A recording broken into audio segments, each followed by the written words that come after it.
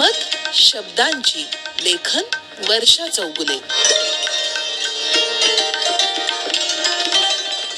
श्रोते हो नमस्कार. आजचा शब्द आहे मोहर.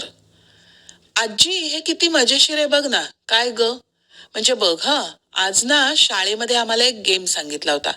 एका वेळी एक शब्द घ्यायचा आणि त्यातली अक्षरं बदलायची नाहीत, पण काना मात्रा वेलांटी वगैरे बदलून नवीन शब्द तयार करायचा.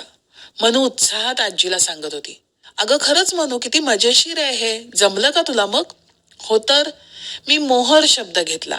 मग त्यावरून मोहरा, मोहरी, मोहोर, माहेर, माहेरी, महुरी, माहूर इतके शब्द मला तयार करता आले, म्हणून आनंदानं सांगितलं.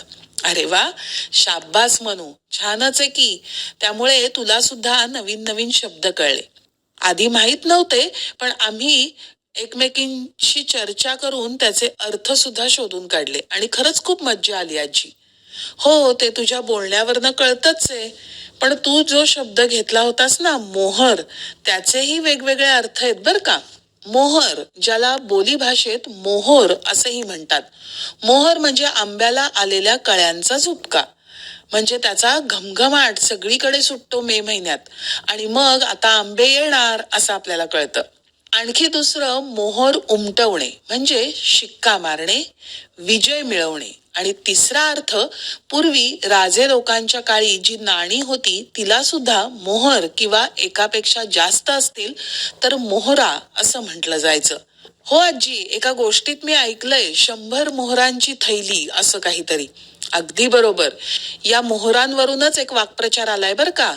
चेहरा मोहरा बदलणे म्हणजे अमूलाग्र बदल होणे. आणि मोहरून जाणे म्हणजे काय ग आजी? अगं मोहरून जाणे म्हणजे आनंदानं फुलून जाणं. म्हणजेच आत्ता जसा तुला आनंद झालाय ना तो खेळ खेळल्यावर, त्याला म्हणतात मोहरून जाणे. कळलं का?